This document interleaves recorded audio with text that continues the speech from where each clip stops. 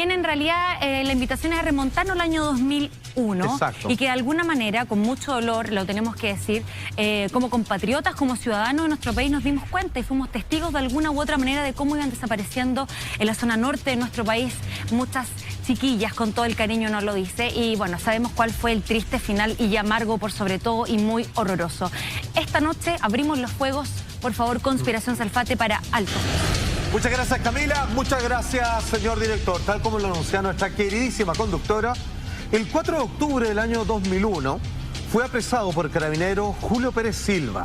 A esta altura, probablemente uno de los más feroces depredadores sexuales que ha existido en nuestro país, que del año 1998 hasta el momento de su captura, 2001, 3 años, dio con la bajeza sexual, el ataque, y no solo eso, sino que dando muerte a 14 chiquillos. Uf.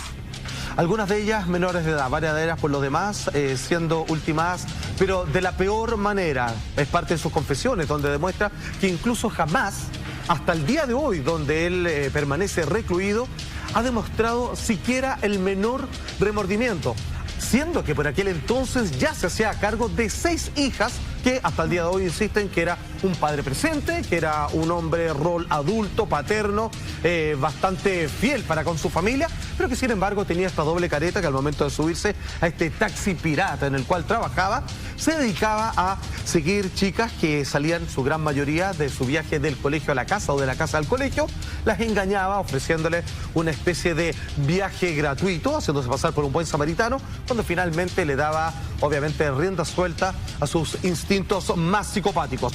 El siguiente video es una especie de compilado. Tenemos todos los detalles, por supuesto, y queremos conversarlo con nuestra invitada que interpreta precisamente a una de estas muchachas ultimadas por este hombre. Pero esto es, a modo de resumen, cómo fue este caso que hasta el día de hoy sigue conmocionando a la opinión pública y esperamos nunca más se vuelva a repetir. Atención. Por más de 2 años, familiares de 6 estudiantes del Liceo de Alto Hospicio vivieron un verdadero calvario.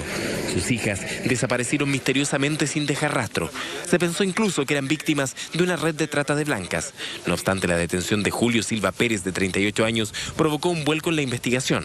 El sujeto fue capturado luego que una niña de 13 años lo reconociera como el hombre que la violó e intentó asesinar a golpes y quien, antes de lanzarla a un pozo y taparla con pesadas piedras, creyéndola muerta, le dijo ser el psicópata de Alto Hospicio. En un sector aledaño al pueblo, los policías encontraron 4 cuerpos. Otros 3 cadáveres estaban a más de 100 metros de profundidad en un pique abandonado en el sector de Guantajaya. Cuando me acuesto en la noche y pienso, ¿dónde está mi hija? ¿Dónde está? Pero si el desgraciado me la mató, yo voy a beber su sangre, porque yo voy a hacerme justicia por mi propia hermano. Yo no me voy a quedar así. Vaya a ver lo que le va a pasar si me mató a mi hija. La impotencia impera entre los habitantes de Alto Hospicio, que saltó a la fama por estos horrendos crímenes. Basta escuchar las palabras de un padre completamente devastado. Terrible. Pero por otro lado, el hombre que aparecía en pantalla, esto es terrible, y casi da para un tema en paralelo, pero que claramente se enlaza con lo que estamos conversando el día de hoy. ¿Qué es lo que sucede? De no ser por ese hombre, además de otros familiares que estuvieron implicados en este caso, tratando de encontrar a sus hijas, fíjense que ellos no tuvieron el apoyo del gobierno en aquel momento. Se les dieron la espalda, le dieron la espalda de la siguiente manera, bajándole el perfil al hecho de que ya a esta altura era obviamente un caso que se iba repitiendo matemáticamente a lo largo del tiempo, y donde la justicia o los encargados de la seguridad y el orden en aquel momento decían en realidad, fíjate que no teníamos a nadie a quien buscar, porque probablemente todas estas niñitas se han ido por su propia voluntad.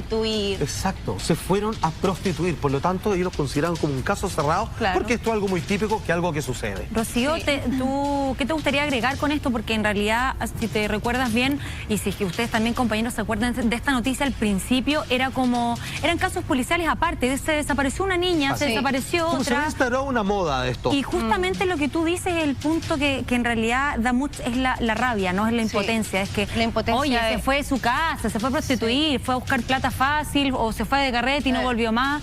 ¿Qué te pasa con esa situación? ¿Te acuerdas de cómo fue y todo? O sea, la verdad, no sé si yo estaba acá en esa época, porque yo soy argentina, viví mucho tiempo en Argentina, y recién me vengo a enterar de esto hace un par de años atrás, cuando Jorge Holguín quería hacer esta película. Ah, perfecto.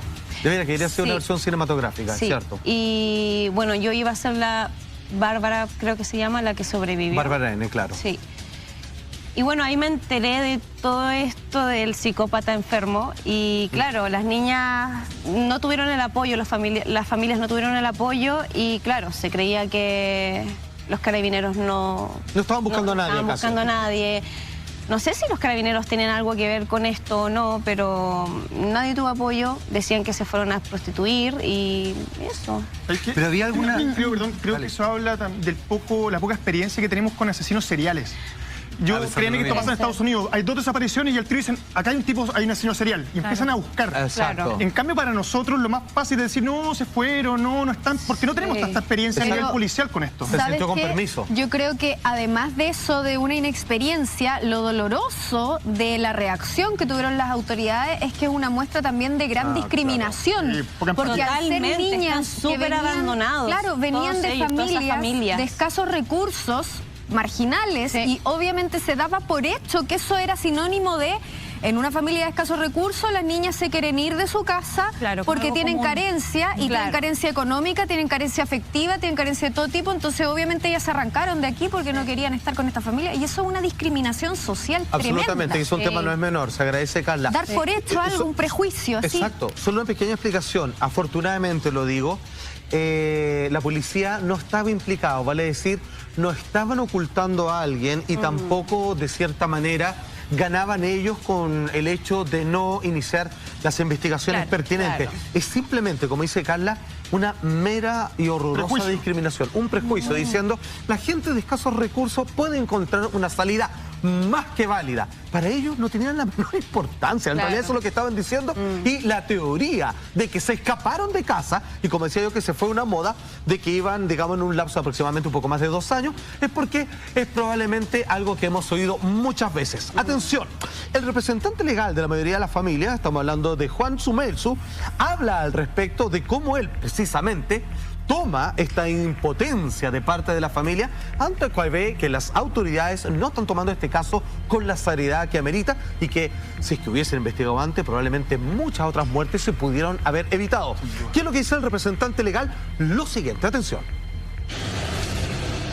Hubo agentes del Estado que denegaron justicia a las familias de las víctimas, pues cuando desaparecieron no se investigó de manera adecuada, no le importó derechamente. Y continúa, les dijeron que sus hijas estaban prostituyéndose, no tenían asidero para decir eso, una teoría al voleo, en el extranjero más encima, por eso no se encontraban cerca de la localidad donde desaparecieron, que habían abandonado sus casas de manera voluntaria debido a la condición social en que vivían. Palabra de Juan Suel, su abogado de las familias afectadas. Claramente, yo creo que la palabra que dio en el clavo, Carla, esto es mero prejuicio. Alguien aquí no quería hacer la pega. Yo creo que aquí no puede ser flojera. Carabineros, digamos, por lo general, y en su alta y gran y amplia mayoría, hace un trabajo exquisito, que incluso todavía dan cátedras en otros países. Pero al no tener pista, al en algún momento no juntar un caso con otro, simplemente decían que desaparecía una chica, otra y otra y otra. Casos aislados. Ellos decían que iban rumbo al colegio, nadie vio nada,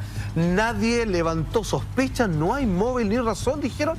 Conclusión, caso cerrado, estas chicas arrancaron de casa para tener una mejor vida en estas características ya de independiente y que, ¿cómo? Prostituyéndose, vendiendo su cuerpo en algún lugar en el extranjero. De hecho, Salfa, uno de los casos, el primer padre que pone la denuncia, le dicen, oiga, usted a las 72 horas de desaparecida, su hija tiene recién derecho a denunciar. O sea, Claro. cuando ya la hija Y por desgracia estuviera es cierto. muerta. Claro. ¿Te fijáis? Y después de eso van y le allanan la casa a él, como sospechando del propio padre.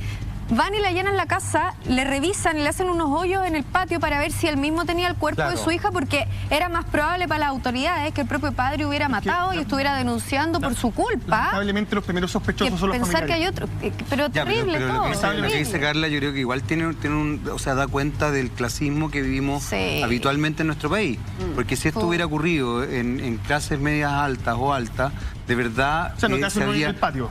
O sea, No, por de pronto no te hacen un hoyo en el falta patio, respeto. no te establecen ningún tipo de cosa y probablemente se habría empezado a buscar inmediatamente a las víctimas si es que empieza O sea, a ocurrir que de un colegio particular vayan desapareciendo niñas. O sea, hay que separar las cosas. Yo sé que nosotros lo hacemos siempre con mucha conciencia y con mucha con mucho respeto, porque cuando se trata de estos casos que en realidad involucran este tipo de situación que son delicadas, nosotros lo hacemos evidentemente. Pasa que, claro, es parte de un protocolo también hacer una investigación así, como bien lo pronuncia Lama. Lamentablemente, pucha, la familia muchas veces sí está comprometida, muchas veces sí son los autores de crímenes que son horrorosos, sí, tienes toda la razón. Y que uno puede decir, ¿cómo puede ser de verdad que una madre o un padre llegue a ese tipo de situaciones? Y sin embargo, claro, ocurre. Distinto es llegar y hacer un hoyo, porque claro, y uno dice, oye, pero yo soy la persona que está afectada, es mi hija la que no está, que desapareció y que quizás que le vayan a hicieron. buscarla afuera, que están haciendo Pero mi casa. se entiende que hay un proceso investigativo donde quizás sí pudieron haber cometido algunas exageraciones. Yo creo, Cami, ¿sabéis lo que pasa? Yo creo que aquí yo creo que no es... Porque es súper fácil hablar quizás de Carabineros.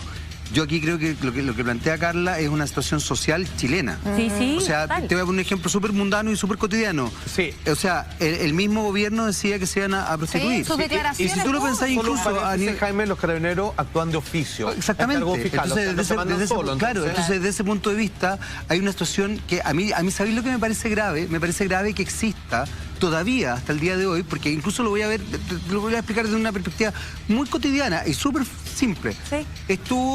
¿Se acuerdan del apagón de luces que hubo en el Barrio Alto hace poquito? Sí.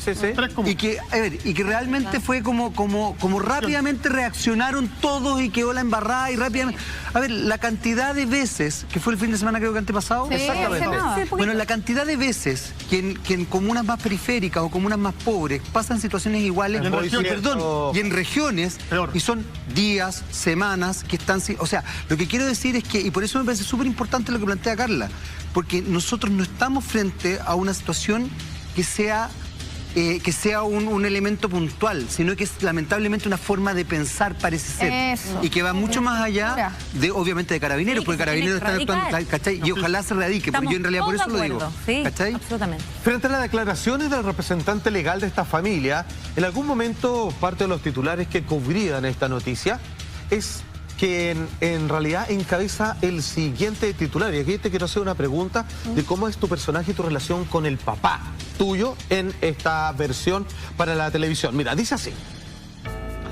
Habla uno de los padres de la víctima del psicópata de Alto Hospicio, abre comillas, y dice: ni a las prostitutas las maltrataron tanto como a mi hija. Esto obviamente devolviéndole la mano a de cómo el gobierno había designado que había dado por descontado cualquier tipo de investigación y cómo habían llamado a sus hijas, luego que después que esto se entiende, luego que esto se sabe y aparece ante la luz pública, finalmente este padre desconsolado dice: ni siquiera a las prostitutas, como ustedes llamaban, digamos, que cosa que nada más lejos de la realidad, se les trató como a mis pequeñas, digamos, y tantas otras chicas, digamos, tantas familias involucradas, fueron torturadas de esa tremenda manera. ¿Cómo es la relación, si se puede contar, de tu personaje, el papá de ella? Es un amor la relación que tenemos con mi hermana, con mi mamá, una familia súper unida. Valeria es una niña de casa, estudiante, Matea. Bueno, no voy a contar nada, pero... no. Claro, porque hay cosas que no puedes adelantar. Claro. Pero lo que quieres decir es que es una niña de alguna manera... Sí, una niña de bien común de y casa, silvestre, como diríamos. Una familia trabajadora, humilde. Luchadora. Que es un poco como veíamos al papá que acaba de aparecer en la nota, el papá real que representa está todo, muy quebrado, claro.